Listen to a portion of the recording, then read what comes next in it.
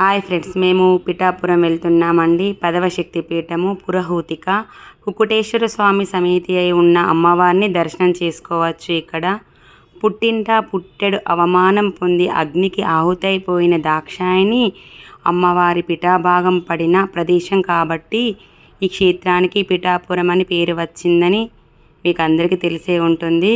ఇది గయా క్షేత్రం కూడా. గయాసురుని పాదాలు ఉండే చోటు కాబట్టి పాతగయ అని అంటారు. దీన్ని దక్షిణ కాశీ అని కూడా అంటారంట. అయితే మరణించే ముందు గయాసురుడు తన పేరుతో ఉన్న క్షేత్రాలలో పితృదేవతలకు జరిగే పిండ ప్రదానాలను ఫలప్రదం కావాలని కోరాడంట. ఈ కుకుటేశ్వర స్వామి, శ్రీ దత్తాత్రేయ స్వామి, పురుహూతిక అమ్మవారు ఇక్కడ కొలువై ఉన్నారండి.